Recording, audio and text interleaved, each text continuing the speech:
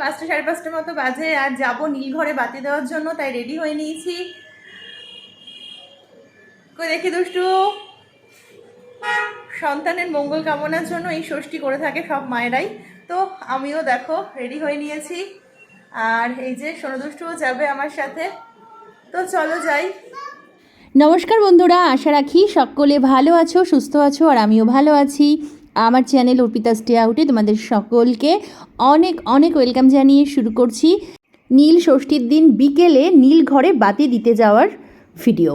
আর আশা রাখবো আমার আজকের ভিডিওটা তোমাদের নিশ্চয়ই ভালো লাগবে, আর পুরো ভিডিও জুড়ে তোমরা আমার সাথেই থাকবে, কেউ কিন্তু স্কিপ করে দেখবে না প্লিজ। আর এখনও দেখো আবার পঞ্চামৃত তৈরি করে নিচ্ছি, দুধ, দই, ঘি, মধু দিয়ে আর চিনি দিয়ে। বিকেলেও নীলঘরে বাতি দেওয়ার জন্য একটু বেশি করেই সব কিছু করে নিচ্ছি, কারণ বাড়িতে এসেছিল একজন ভোলে বাবা, আর ওখানে থাকে 5-6 জন ভোলে বাবা, তো সবার মাথায় ঢালবো এই পঞ্চামৃত, সেই জন্য একটু বেশি করে তৈরি করে নিচ্ছি।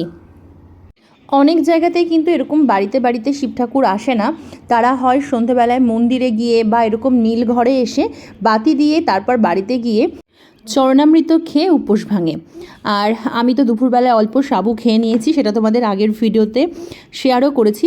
আর আজকে তো একটু গরমও আছে, ওই জন্য একদম নরম একটা সাদা লাল একটা শাড়ি পরে নিয়েছি, আর এই শাড়িটা পুজো পারপাসের জন্য একদমই পারফেক্ট।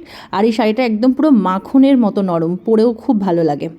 তো চলো এখন বেরিয়ে পড়েছি, বাড়ি থেকে খুবই কাছে, 4-5 মিনিটের দূরত্ব। তো আমরা গিয়ে একটুখানি ওয়েট করছিলাম, কারণ শিব আনতে একটু দেরিই হলো। ভোলে বাবাকে মাথায় নিয়ে ওরা সারাদিনের সারা পাড়া ঘুরেছে, তারপরে গিয়েছিল শ্মশানে, তো তারপর সেখান থেকে এই যে ওরা ফিরলো। এরপর ওরা আবার গেল ভোলে বাবাকে মাথায় করে নিয়ে পাশে এক পুকুরে স্নান করতে। সেখান থেকে ওরা নিজেরা স্নান করে ভোলে বাবাকে স্নান করিয়ে ফিরলো। তারপর ঠাকুরমশাই পুজো শুরু করলো, তারপরে শুরু হলো নীলঘরে বাতি দেওয়া। ততক্ষণে অলরেডি অনেকে চলেও এসেছে, এবং আস্তে আস্তে এখানে বেশ অনেক ভিড় হয়, সারা পাড়ার সবাই মিলে আসে এখানে বাতি দিতে। আমি একটু তাড়াতাড়ি গিয়েছিলাম যাতে একটু ফাঁকায় ফাঁকায় হয়, কিন্তু যেহেতু শিব আসতে দেরি করেছে, অন্যবারে চলেই আসে, সন্ধে হয়, আর সেই সময় গিয়ে আমরা ঠাকুরের মাথায় জল ঢেলে বাতি দিয়ে আসি।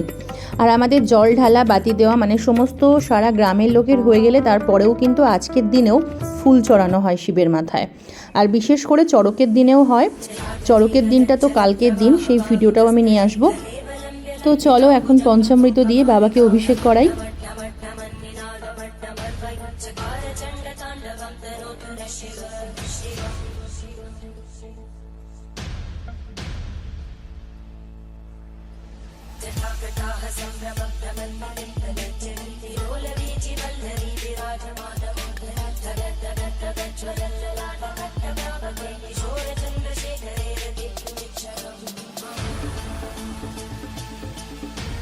আর আমি যখন স্নান করাচ্ছিলাম, ওর ঠাম্মি দুষ্টুকে আমাকে ছুঁয়ে রাখতে বলছিল, যেটা সোনু করছে, কিন্তু দুষ্টু কি আর ওইসব সোনার পাত্র, ওর কাজে কর্মেই ব্যস্ত থাকে।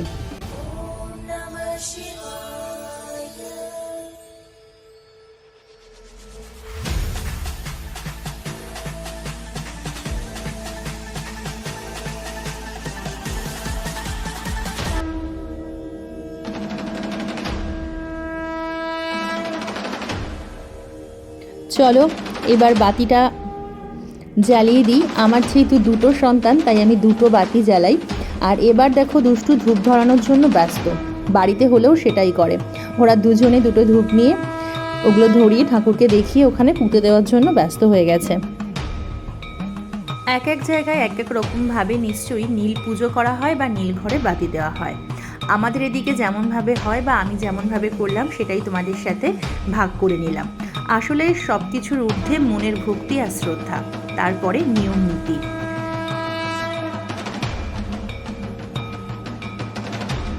তো আমার সমস্ত কিছু হয়ে যাওয়ার পরে ঠাকুরের কাছে প্রার্থনা করে এবার ফিরে আসার পালা। তো দেখো এরপর আস্তে আস্তে আরও অনেক ভিড় হচ্ছে সন্ধে হওয়ার সাথে সাথেই। তো চলো আমরা এবার বাড়ি যাই। আর সোনুর এখানে সময়টা বেশ ভালোই কেটেছে, ও দুজন বন্ধু পেয়ে গেছে। ও এক নম্বর হচ্ছে ওর স্কুলের বন্ধু এখানে একজন আছে, আর একটা হচ্ছে ওর মামার স্কুলে যেখানে ও যায় সেখানকারও একটা বন্ধু পেয়েছে। তো দুজন বন্ধু পেয়ে সোনুর কিন্তু সময়টা বেশ দারুণ কেটেছে। সেই তুলনায় দুষ্টুর তো কোনো বন্ধু হয় না কোথাও গিয়ে, ও ন্যাচারালি ঘ্যান ঘ্যান করতে থাকে। তো চলো বাড়িতে যাব, গিয়ে আমি আবার আমাদের বাড়ির ঠাকুরকে পরিষ্কার জলে গঙ্গা জলে স্নান টান করিয়ে এখন একদম গুছিয়ে তুলে রাখবো। আর আমার আজকের ভিডিওটা তোমাদের কেমন লাগলো অবশ্যই কমেন্ট করে জানাবে, আর যদি ভালো লাগে একটা লাইক করে দেবে। তোমাদের কমেন্টগুলোই কিন্তু আমাকে পরবর্তীতে ভিডিও বানাতে অনেকটাই মনের জোর বাড়িয়ে দেয়। আর যারা অলরেডি লাইক করে দিয়েছো, সাবস্ক্রাইব করে আমার পাশে আছো, তাদেরকে কিন্তু আমি আর ধন্যবাদ বা ভালোবাসা দেবো না আজকে, শুধুই করব তোমাদের জন্য প্রার্থনা যাতে তোমরা ভালো থাকো, সুস্থ থাকো, দীর্ঘজীবী হও, জীবনের প্রত্যেকটা দিন প্রত্যেকটা মুহূর্ত খুব সুন্দর করে বাঁচো, প্রাণ ভরে বাঁচো। এই প্রার্থনাই রইল তোমাদের জন্য, আমার ইউটিউব পরিবারের সকল সদস্যের জন্য, আমার ভালোবাসার মানুষদের জন্য। তোমাদের সাথে এখনও চড়কের ভিডিওটা তো আমার শেয়ার করা হয়নি, ওটা পরের বার করব। অলরেডি আমার পয়লা বৈশাখের ভিডিওটা শেয়ারও করা হয়ে গেছে, যারা দেখোনি তারা কিন্তু দেখে নিও। খুব সাধারণভাবেই আমি আমার পয়লা বৈশাখটাকে কাটিয়েছি, খুব মিষ্টি করে।